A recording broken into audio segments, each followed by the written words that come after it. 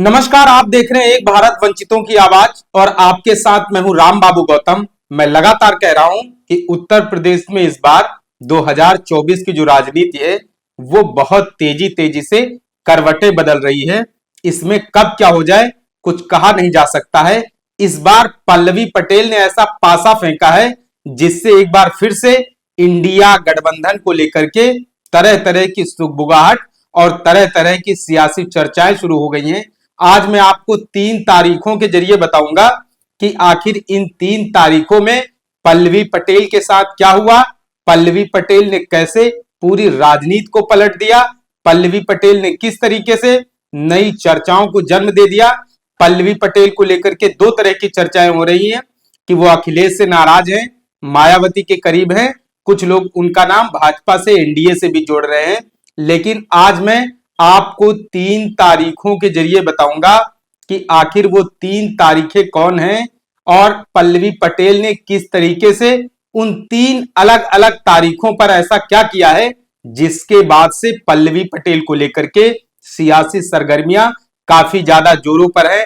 आखिर उन 3 तारीखों में पल्लवी पटेल के साथ क्या हुआ, पल्लवी पटेल किससे मिली, पल्लवी पटेल की किससे मुलाकात हुई, पल्लवी पटेल ने आखिर इस तरीके का डिसीजन कैसे लिया और पल्लवी पटेल के मन में चल क्या रहा है।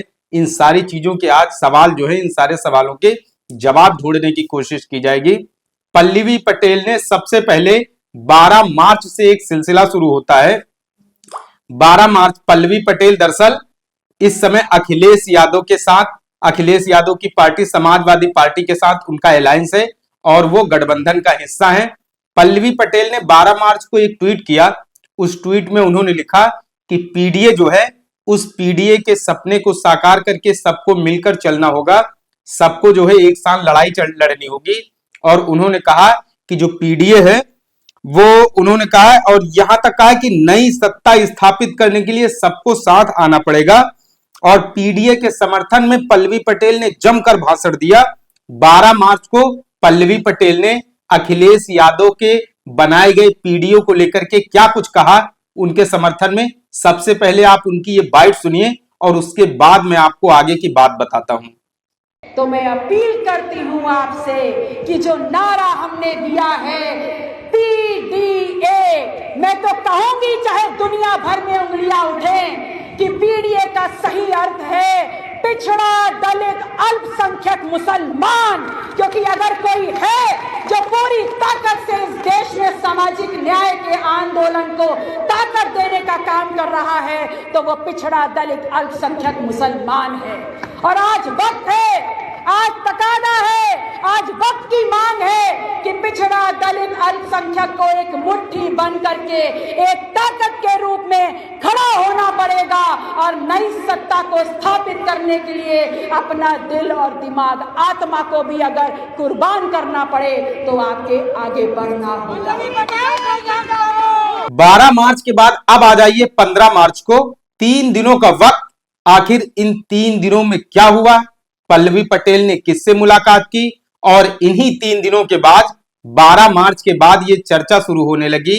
12 मार्च के बाद 13, 14, 15 में, जब से 15 मार्च को पल्लवी पटेल का एक ट्वीट आया, उन्होंने मान्यवर कांसीराम साहब के साथ सोनेलाल पटेल जी की एक तस्वीर एक शेयर की जिसमें 15 मार्च को मान्यवर कांसीराम साहब की जयंती थी।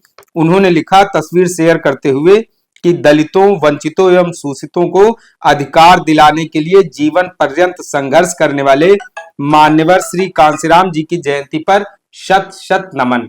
सबसे ज्यादा जो आकर्षित करने वाली, सबसे ज्यादा इसमें जो है अचंभित करने वाली बात यह है कि उस तस्वीर का आधा रंग जो है वो नीले हिस्से का था। उसके बाद ऐसी सियासत में सुगबुगाहटें शुरू होने लगी कि पल्लवी पटेल की मायावती से करीबियां जो है वो बढ़ रही हैं, मायावती से पल्लवी पटेल की नजदीकियां बढ़ रही हैं। अचानक से मीडिया में ऐसी खबरें आई, सियासी सुगबुगाहट शुरू हो गई पल्लवी पटेल को लेकर के और अचानक से यह खबर आई कि पल्लवी पटेल ने अखिलेश यादव से कुछ नाराज चल रही हैं। मतलब उत्तर प्रदेश की राजनीति में कुछ बड़ा हो सकता है, पल्लवी पटेल कोई बड़ा फैसला ले सकती हैं। अब ये सब चल ही रहा था। उसके बाद 20 मार्च को आ जाइए। 20 मार्च को अचानक से पल्लवी पटेल की जो पार्टी है अपना दल कमेरावादी, उसने 3 प्रत्याशियों को मैदान में उतार दिया और 3 प्रत्याशियों को मैदान में उतार कर चौंका दिया। सबसे उसमें हैरानी वाली बात यह है कि वो जो 3 प्रत्याशी उतारे गए हैं उसमें उसमें अपना दल कमेरावादी की तरफ से पल्लवी पटेल की तरफ से यह कहा गया है कि ये जो तीनों पार्टी हैं ये इंडिया गठबंधन के तहत चुनाव लड़ेंगे। 3 जो सीटें हैं जहां पर प्रत्याशियों की घोषणा की गई है वो जो सीटें हैं फूलपुर है, मिर्जापुर है, कौशाम्बी लोकसभा से और मिर्जापुर से फूलपुर से 3 ये सीटें हैं। 3 सीटों पर अपना दल कमेरावादी ने प्रत्याशी उतार दिए हैं। अब आप सोचिए, अभी केवल पल्लवी पटेल एक सिराथू से, कौशाम्बी जिले की सिराथू विधानसभा सीट से विधायक हैं। पल्लवी पटेल तब चर्चा में आई थी जब उन्होंने 2022 के विधानसभा चुनाव में डिप्टी सीएम केशव प्रसाद मौर्य को हरा दिया था। तब बड़ी तरीके से पल्लवी पटेल की चर्चाएं हो रही थी कि पल्लवी पटेल ने डिप्टी सीएम को हरा दिया, केशव मौर्य को। तब से सब कुछ ठीक चल रहा था। अभी अचानक अखिलेश यादव से उनकी जो है नाराजगी की खबरें आई थी। राज्यसभा चुनाव के समय पल्लवी पटेल ने यह तक कहा था कि अखिलेश यादव पीडीए की बात करते हैं, लेकिन जो राज्यसभा के कैंडिडेट घोषित किए गए उसमें पीडीए जो है वो नहीं है। उन्होंने खास तौर पर जया बच्चन और आलोक रंजन जो कि अपर कास्ट से आते हैं उनकी जात को लेकर के सवाल उठाया था। लेकिन उसके बाद पल्लवी पटेल जो है वो चुनाव वोट भी डालने आई थी राज्यसभा के चुनाव जब मतदान हो रहा था, और उन्होंने ये तक कहा था कि उन्होंने अपना वोट जो है वो पीडीए को दिया है। लेकिन अब अचानक से फिर से ये सुगबुगाहट, फिर से ये चर्चाएं शुरू हो गई हैं कि पल्लवी पटेल जो है वो कोई बहुत बड़ा फैसला ले सकती हैं। पल्लवी पटेल के मन में कुछ चल रहा है। पल्लवी पटेल जो है कोई बड़ा फैसला लेकर के सबको चौंका सकती हैं।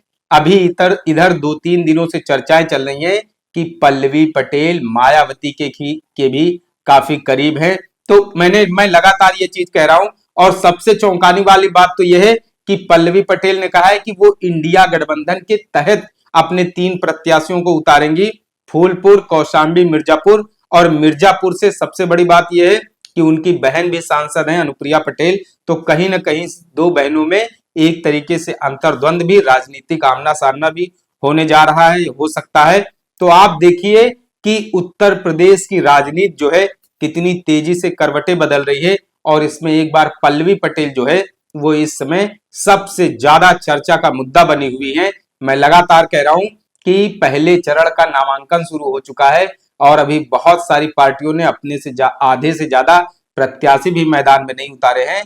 उत्तर प्रदेश की राजनीति में कुछ तो है, कुछ तो होने वाला है। और खासकर इंडिया गठबंधन में कुछ अंदर अंदर खिचड़ी पक रही है, कुछ अंदर अंदर चल रहा है।